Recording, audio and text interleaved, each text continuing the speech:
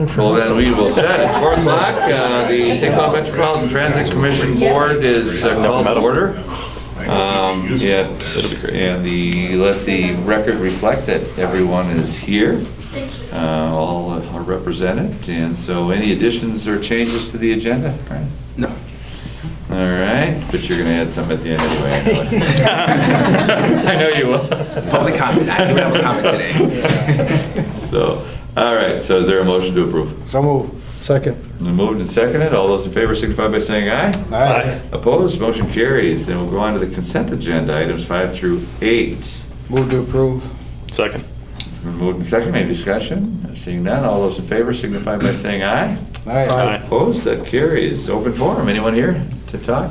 Open forum. I actually have a public comment, if I may. Can you make public Can I make a comments? public comment? I knew you added the agenda, sneak it in the public comment area. Somehow. Just an idea was brought to us. Any ideas of any future plans of having sidewalks along Franklin Avenue here in front of our building? Because we have a high rate of customers, citizens actually, walking their dogs from the Humane Society. We have a daycare.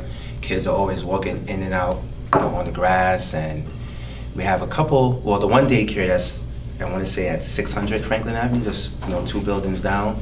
They normally during lunchtime hours, they'll have like a group of kids, maybe like 10 or 5 toddlers just walking around, and they're walking on the grass.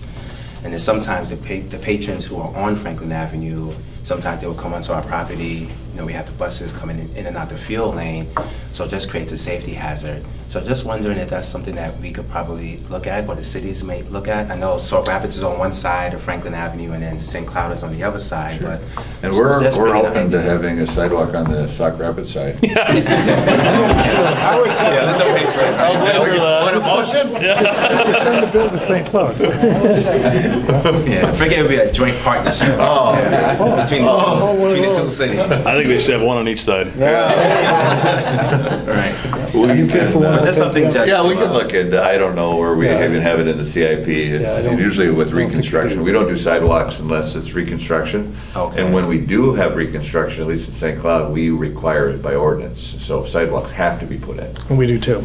So If and I that's don't know reconstruction, what we would. the age of the infrastructure is out here, sewer, so that, we can check into it though. I don't know how old it is. Make Franklin, we can make Franklin ready to be. Yeah. the potholes too, yeah. You just do What do you have, one. potholes? That's in the Sauk Rapids side of it. That's Ben County. Oh, very good. Yeah. No, we can look at it, see Yeah. where it is in the CIP, but yeah, Okay. that's a policy for us to put sidewalks in when we do reconstruct. The other option is we can do sidewalks when it's not, but then that's assessed, to all Right. properties, and that'd be by petition. Yeah. We could do, we could assess them all at the same time. Yeah, you could. Rick and I just figured out Wade Avenue. It took a long time, but. Yeah, well, what the heck? Yeah, it takes when we share roads, it's a little challenge. A little problem. We're always on a different budget cycle. Yeah, we're always broke. It's like when you go across the county line, when you cross it. Well, anything else? No, that's all. Anyone else have something from the public forum from the dais? All right, general business then, we'll go on to item number 9, consideration of the 2022-2023 St. Cloud Technical Community College Joint Powers Agreement. Good afternoon, Commissioners. Similar to what was brought forward last month, we're at the point where we need to renew our contract with the St. Cloud Technical and Community College. So same terms as last year. We'll continue status quo, 90 cents a ride, invoiced monthly. The term will run from July 1 to June 30 of next year. So really no changes. This would only apply to the fixed route system, just as the St. Cloud State contract is. So I would ask for a motion to approve. Motion to approve? Motion to approve. Second. Moved and second, any discussion? Why don't we do it for longer than a year? Budgets? Okay, just so they know where they're at and where we're at. Yeah, it's even tough to get this in the timeline that we're able to get it in. Because usually their budget runs differently than ours, so it's even tough to bring it in where we bring it in. I push them pretty hard every year to get an answer as to what we're doing. So. All right. Any other questions or comments? discussion? All right, all those in favor signify by saying aye. Aye. Opposed? Motion carries. Resolution adopted. Number 10, Resolution 2205, and authorizing a resolution for calendar year 2023 fixed route. Good afternoon, Commissioners. We can kind of do 10, 11, and 12 all together, if that's okay with you. Sure. Anything you want to mind? 10, 11, 12, that's all good. This is the resolutions that we need to do the application for the MnDOT operating contracts for calendar year 2023. Just part of our application process is that you're agreeing to pay for the pieces, 20% fixed route, 20% of our starting, 15% of time, right? Is there a motion? So moved. All three? Second. All right, any discussion or questions on that? Seeing none, all those in favor signify by saying aye. Aye. Opposed? Carried. Items 10, 11, and 12, those three resolutions are adopted. Department updates. Good afternoon, Community Outreach and Mobility Training Center. I'm Debbie Anderson. I got two of my 5 team here. We've got Josh Schroeder and Joanna. Ayala Saldana. Easy for her to say. Josh and Joanna are new to our department. They have been here a couple months, 3 months. Josh has worked, both of them worked for Metrobus prior to them joining our team. Joanna, how long have you been? She was a bus operator on the fixed route side, and you've been here Almost 7 years. 7 years. And Josh had been 15 years as an operator and then a street supervisor, and then decided he didn't like the winters in Minnesota, so moved to Florida for a short time, right? And then came back. And so now they're with our team, and we couldn't be more excited. We kind of have a separation of duties somewhat. We're all interchangeable downtown, but Josh has really stepped in and learned our dial-a-ride eligibility process. Joanna is stepped in and taken more of our Smart Ride bus pass distribution and connecting with the outlets throughout the community, as well as our apartment guide voucher program. And then we've got the travel training and the community outreach piece. So today I'd like to just kind of do an overview of where we were and where we've come since COVID and working through things. We're excited. The community is charged up and they're back and things are opening up. There was quite a lull there where we weren't able to get into facilities or schools or transitional housing or things as such. But I think our numbers are going to be pretty close to 2019 for this year. So we're excited about that. So, down at the Mobility Training Center, our hours of operation are from, thank you, Josh. See, I always needed somebody to help me. Are from 9 until 3 Monday through Friday. And we do have a considerable amount of walk-ins. People come in and they ask questions about dial-a-ride, travel training, how to ride the bus, how to read a schedule, the Smart Ride cards. We also process the Smart Ride cards that go out to the agencies that purchase their passes for their consumers. And the front desk staff is able to answer those questions right there and then. Looking at some numbers here, so back in 2019, we had 504 people come in. You can see where the numbers dropped. We're back up to 170 as of, all of this data is through the end of May. And a lot of phone calls, a lot of people calling, just knowing we're a great resource when they have questions about transportation. So down at the Mobility Training Center, we've got the eligibility process for dial-a-ride. Back in 2019, we approved 338 people for our service. You can see what happened over the COVID years. And as of May, we're back up to 105. Anyone that applies for our dial-a-ride needs to fill out an application and come in for an interview and meet with us at the facility.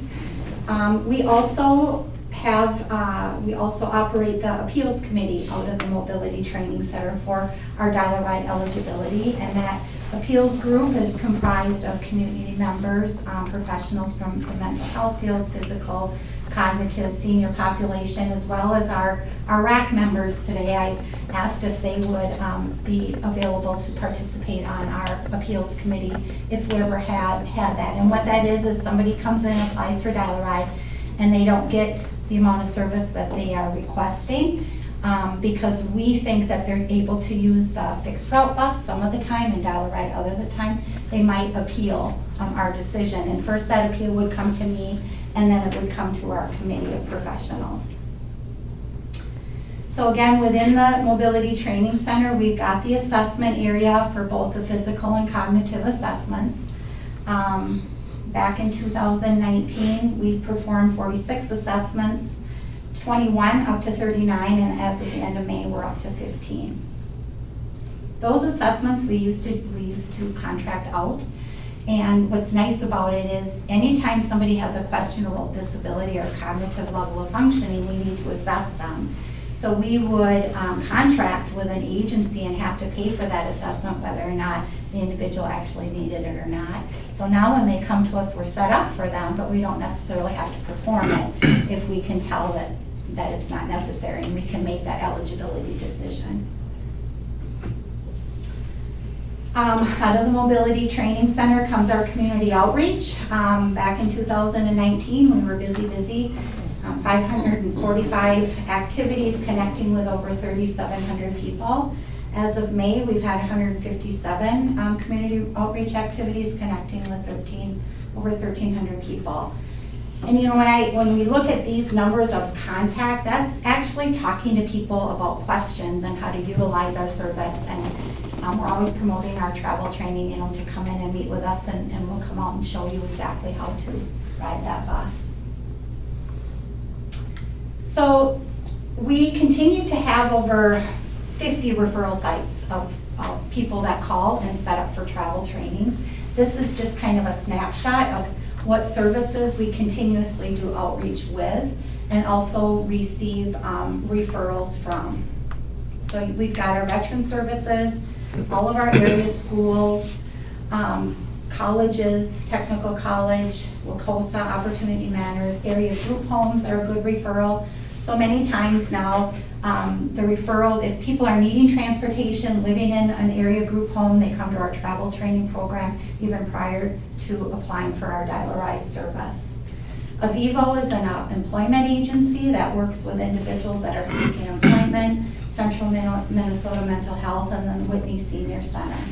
And like I said, another 3 pages, but Nate showed me how to get them in that circle, and that's all I could get. That's all I could get in there.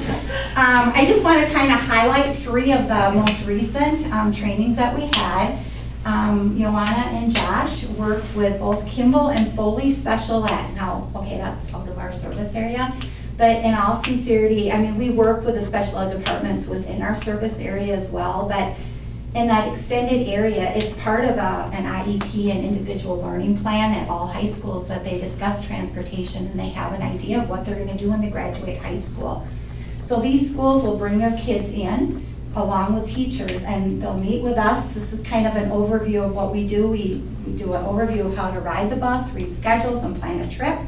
Pay your fare. They actually walk down to the transit center and tour of the transit center and how all the buses come in and caught Route 4. So we get the kids on the bus, they're excited about it, they can go home and tell mom and dad, because the thing is when they graduate high school, these kids that are in these extended learning special ed programs are more than likely going to move to the St. Cloud area and live in a group home. So they're going to need public transportation. Kind of breaks down that first barrier of my child could never do that. You know, now they're excited about it. We send them home with travel training information and some resources. Then they come back to the Mobility Training Center and opportunity to ask questions and kind of figure out what bus would take you to their most favorite destination, right? Kind of a fair or an opportunity that we love to participate in. This is the St. Cloud Human Service Resource Fair. It's an opportunity for all providers, human service, education, over 30 different sites that come together that are supportive services for typically low-income people needing services, transportation. Not only an opportunity for people to come through and navigate, but we can connect with those providers, and it's just a really great referral source then for us. You know, they refer back to our travel training program. Whitney Senior Center, we're excited to be back in there. It's been a couple of years, but we've got 2 programs set up for the summer. The first is the Whitney on Wheels. We'll meet with a group of seniors on the 12th of July to kind of go over the 1, 2, 3s of how to ride the bus, what to expect, and then actually take a group down to the Mall of America and come back. And then later in August, we have a 3-week travel training session set up. The first session will be how to ride the bus. Now, anyone over the age of 55 can participate in this, just saying. How to ride the bus, and then we're going to actually get on the bus from the Whitney Some of us aren't included. Kindergarten. And the second outing is we're going to go over to Kinder Coffee Lab, and kind of a little agreement worked out. They're going to give us some coffee and a tour of their beans over there, so that'll be fun. With our community outreach, we meet monthly with transitional living sites. These sites have individuals that typically, come and go in a 30-day period, and so we get an opportunity to go in there and do an overview of how to ride the bus, read schedules, pay your fare, those types of things, and then from there set up travel trainings. Definitely a great way to introduce Metrobus to people that have never ridden the bus before. It's really a nice captive audience. These sites here really put it right into their, I wouldn't say curriculum, but the orientation for their individuals that they have to participate in that, so that's a good thing. We also continue to participate in monthly committees. Again, it's an opportunity for providers to come together. Transportation is always one of the biggest barriers for people that are in these types of help groups, not often being able to afford cars or able to drive. And so anytime we can talk about our services of Metrobus or tell them something new, or the You Go Free is a real win-win in the summer. They can go home and all their children, kids can ride for free. Our travel trainings, we continue to provide travel training for individuals with disabilities, seniors, general population, non-English speaking individuals. We're very blessed with Joanna and her Spanish language. One of our travel trainers, Zainab, is Somali speaking. Josh is working on his English, but that's okay. Really? Almost there, almost there. It's coming along. But we have travel trainings are one-on-one, they're small group, large group, and train the trainer. When I talk about these committee meetings that we have, oftentimes they'll go back and we'll be invited to their site specifically to talk to their providers, give them an overview and teach them how to ride the bus, give them some confidence, because they're the ones telling their consumer, you need to catch the bus to come to treatment today. Well, if they're not comfortable doing it, how can you pass that along? You can see in 2019, we were 500. As of May this year, we're at 76. So we haven't seen a lot of our large group travel trainings just with the COVID. So the 76 is kind of our onesie twosies. We hope to see that continue to climb. But I don't know, this week it's been busy, even just today with referrals and things coming in. So every day is a good day. With COVID, we did have to kind of be creative a little bit. One of the things that we did implement is a travel training online. When everything was shut down, we were actually offering this weekly, and we went bi-weekly with it, and now we're monthly, where it's live, available. Marketing does a great job promoting it on social media. All of our agencies and partners are aware to let their consumer know they can hop online and get this training, and then from there, again, we can set up more of the one-on-one and the small, more specific to their needs. This travel training too can be done outside of this time, you know, and which if they can't come at this time or this date, we can do it virtually and assist them with that as well. A lot of our, you know, with COVID, I mean, the virtual thing, at first you felt like maybe it was taken away from that in-person, but a lot of our committees are still virtual. Personally, we kind of like that. I mean, it saves us with the travel time and, you know, the back and forth. You can just offer things differently with the resources now we have in place that we didn't before. And Kellen does a fabulous job setting those up for us. So that's it. That's kind of my update for this year and where we've been. Are there any questions? Any Questions from anybody? Oh, thank you very much. Thank you. Yeah, you're welcome. Well, with that, then, don't we have any other business on the regular meeting, so we'll Yeah, this is the last thing. before we shut meeting and go to down. the So moved. motion to adjourn, second. Second. All those in favor, signify by saying aye. All right. Opposed, we are adjourned then at 4.